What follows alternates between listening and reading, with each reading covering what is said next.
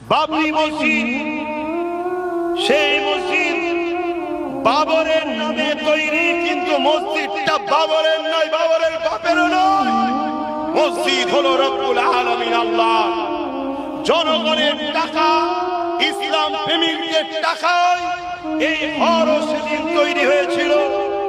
সেই ঘরকে জোর করে এই 6 ডিসেম্বর 1992 একদল উগ্র হিন্দুত্ববাদী সন্ত্রাসরা মসজিদকে শহীদ করে দিল। মসজিদ শহীদে সেই দিন ভারতের মুসলমানকে মেসেজ দিয়েছিল, তোমরা আমার কাছে না আসার দরুন আজ আমাকে ছিনিবিনি খেলা হলো, তোমরা আমাকে বিয়ার না করার দরুন আজকে আমাকে নিয়ে এরা শহীদ করলো, তোমাদের জন্যই আজ আমাকে এরা টুকরো টুকরো করলো, আমার ইটগুলোকে খুললো, আমার ঢালাইগুলো ভাঙলো, আমাকে এরা জমিনে মিশিয়ে দিল। এ উম্মতে মুহাম্মাদি, আমি মসজিদ কিয়ামতের দিনে তোমাদের বিরুদ্ধে নালিশ জানাবো।